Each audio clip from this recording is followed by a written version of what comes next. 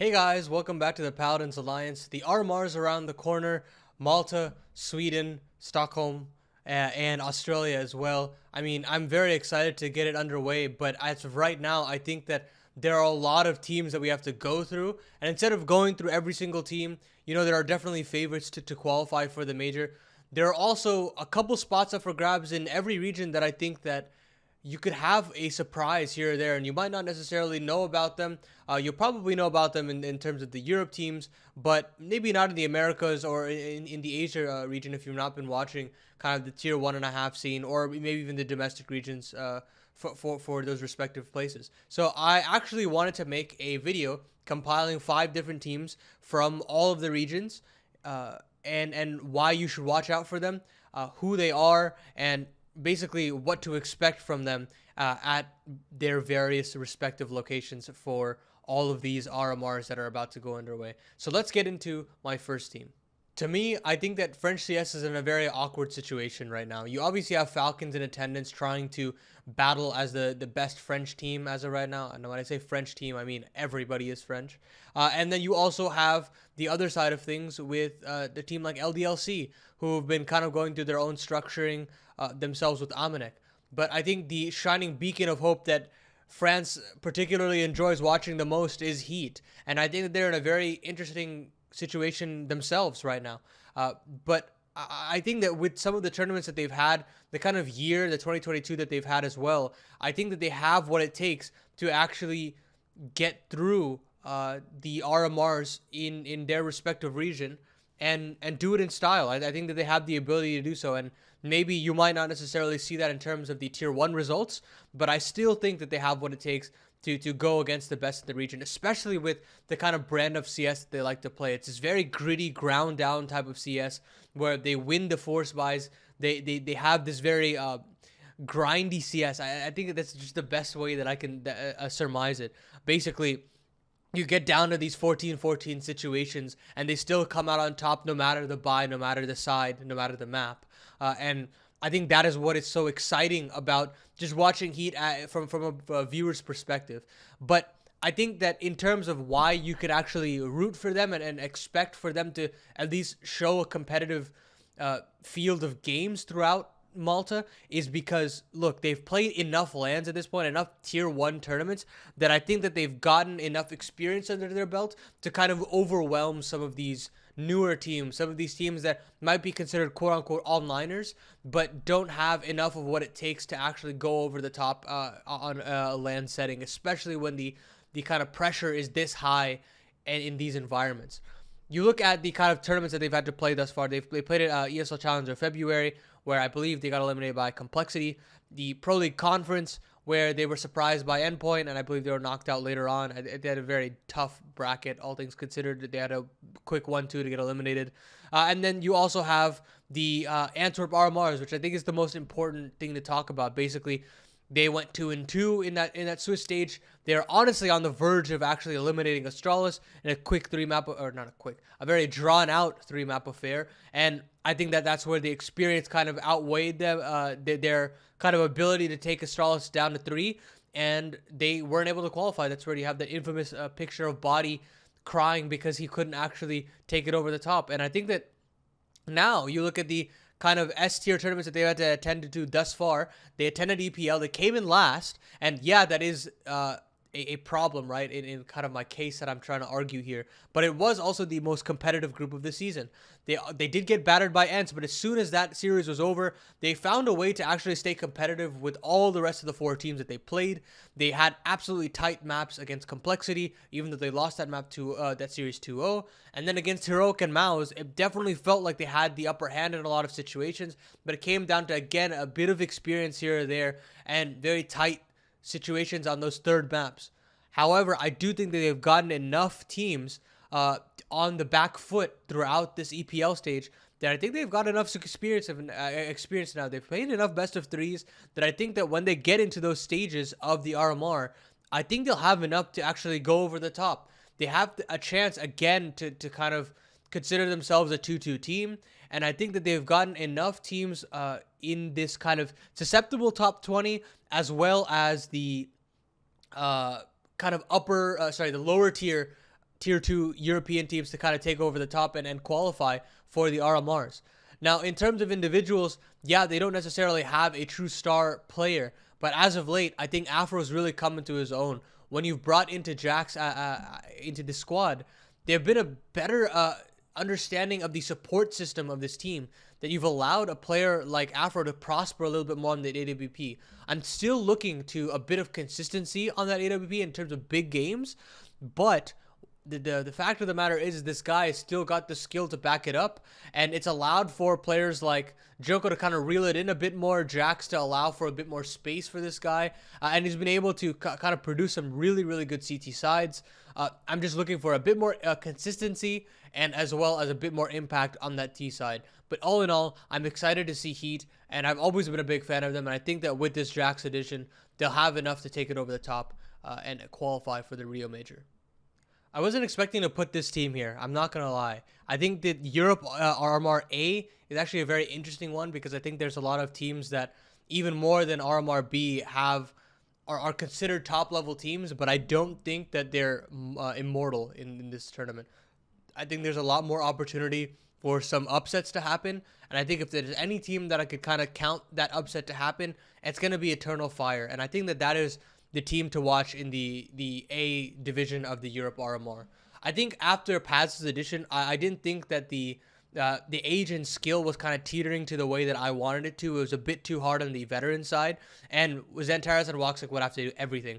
But while that is the case, right, I still think that Major has shown enough of impact on that IGL role that I think that the fragging level, the floor of this team is still pretty good. You still have the ability for Emor to have pop-off performances, but I still think, obviously, Paz has a bit of wishy-washy gameplay. I don't really like how he approaches the game. I don't think he has enough firepower to give at a tier 1 level, that I think if you want to consider them to be like a 3-0 team or 3-1 team, again, I don't think that Paz is the player that you want to do that. I loved xFlout on this team, and individually, I think he was always going to give more to this team, especially in terms of just young, raw skill that I think that this Eternal Fire team would love to have alongside Emor.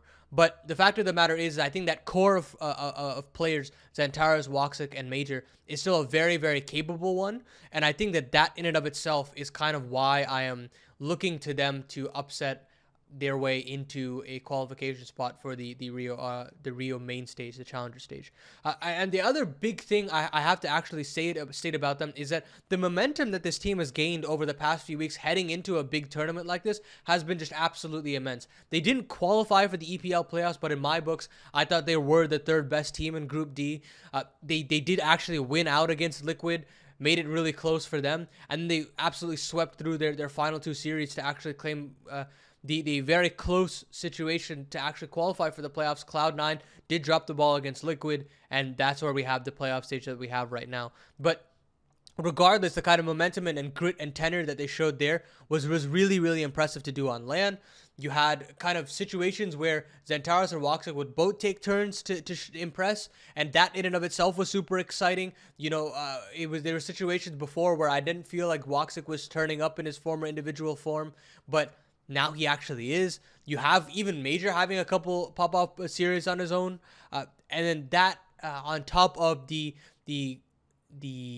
qualifications through the closed qualifiers that they've done recently have also been super impressive. I'll actually pull it up right here. Let me see. Eternal Fire. Right, yeah. So they had this crazy run through the Europe closed qualifier for Rotterdam, which is, I mean, I think in ESL Challenger qualifications for the Europe stage, it's always going to be super competitive. You have the likes of Sprout, 1 win, Iron Branch upset, Forza, 1 win, and Entropic all together. But Eternal Fire had this crazy lower bracket run. They qualified there. And then you also had the Blast Premier qualifier for the Showdown, where they had to beat Mouse in a very tight 3-mapper. That was not an easy game by any stretch of the imagination.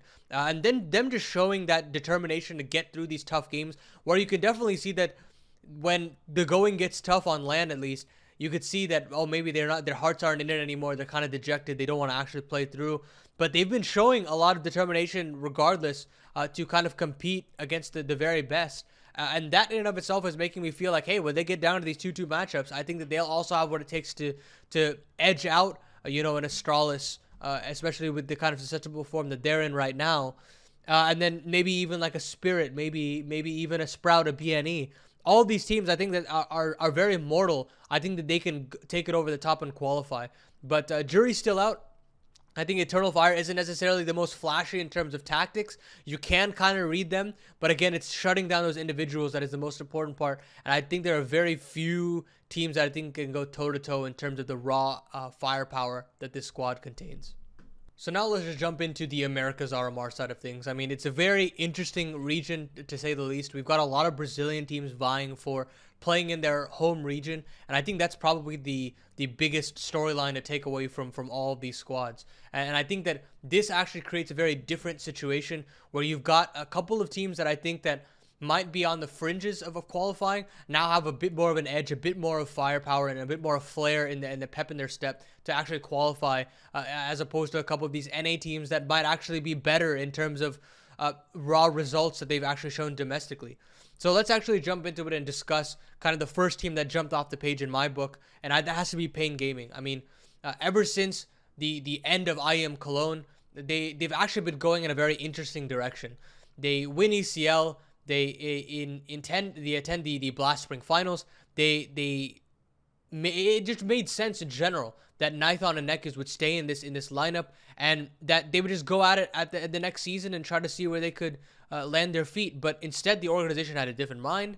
They opted to slim down in terms of age, and they add these explosive additions of Skulls and Zevi. And the CEO goes out and says that, hey, this is like the biggest roster moves that Brazil has ever seen, and it was a very shocking one. It was a very surprising one, to say the least. And regardless, I mean, the debut of this team was just absolutely insane. I mean, they take their RMR qualification run.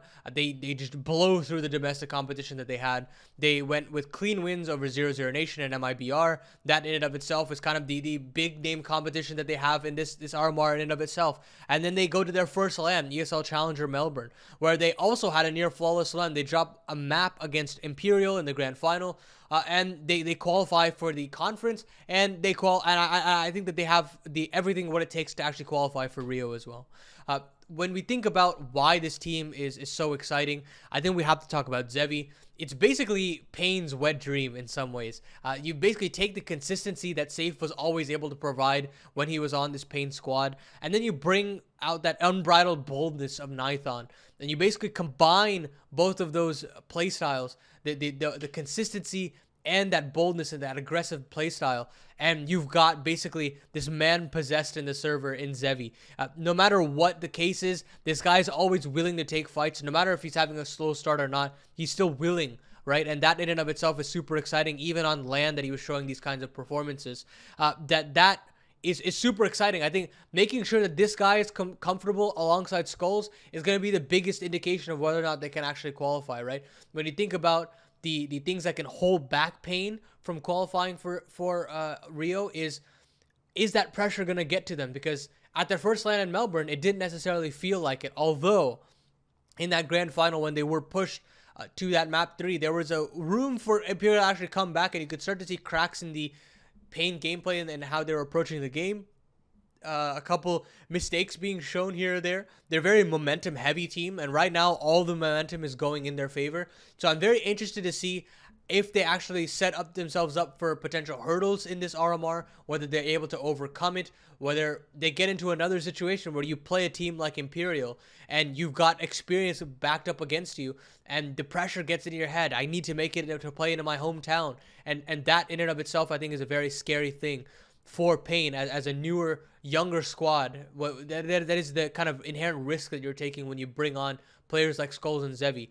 However, I still think that they've got a bit of ice in their veins as of right now, what I've been seeing, that I have an expectation that they're a shoe-in to actually qualify for the RMR. I think they've got what it takes to even go toe-to-toe with the likes of the favorites, quote-unquote, in Complexity, Liquid, and Furia. I think they can at least keep it competitive. That is the most important thing that I can say here. I'm not necessarily sure if they have what it takes to go all the way over, but even in the BO1 situations, I would definitely count them in to get a BO1 best upset here or there. So keep an eye out on Pain. They're probably the most exciting an interesting team to come out of this entire America's RMR. So I think the riskiest team to actually pick on this whole list is TeamOne.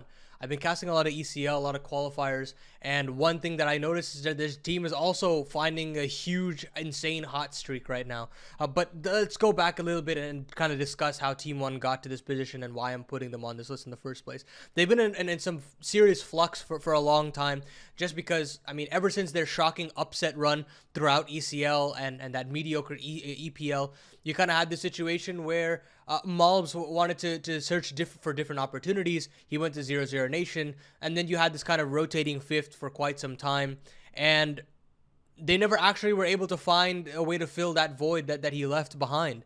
But ever since he's come back, even then, he hasn't actually had enough results to actually say, oh, look, TeamOne is back in action. They're going to try to upset through a lot of tournaments again.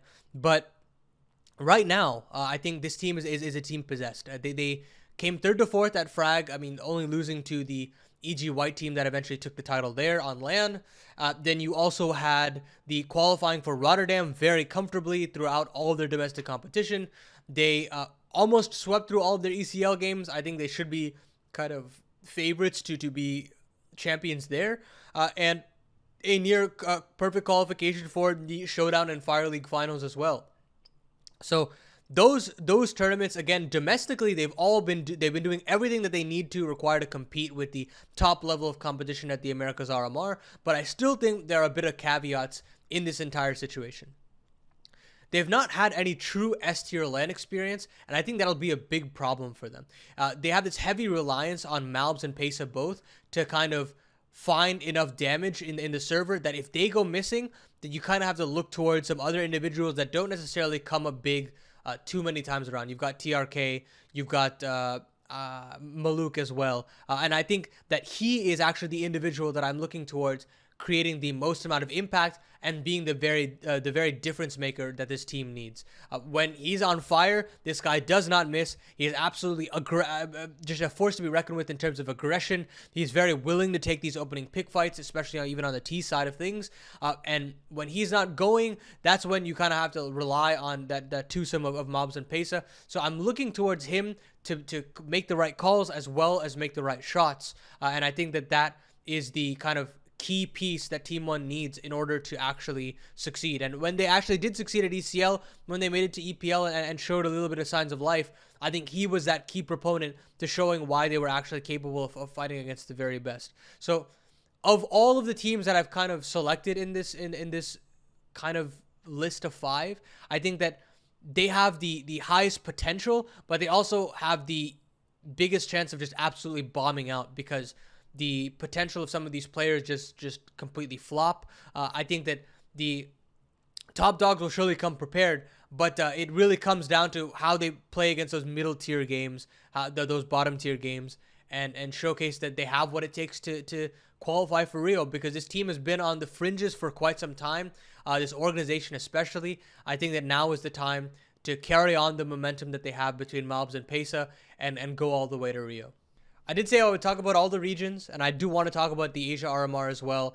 It is kind of upsetting that we only have 4 teams rather than 8, but that's a whole nother can of worms.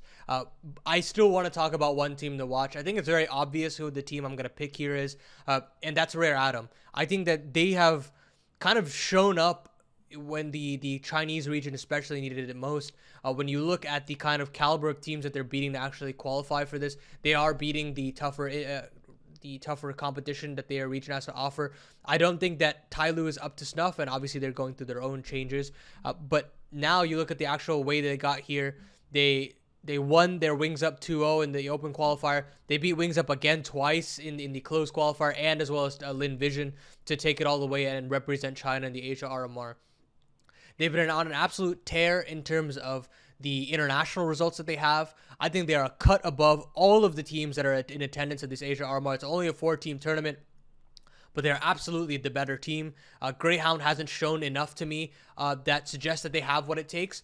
We will get to see Vexite debut for this team, but I still don't think that they have enough firepower to go toe-to-toe.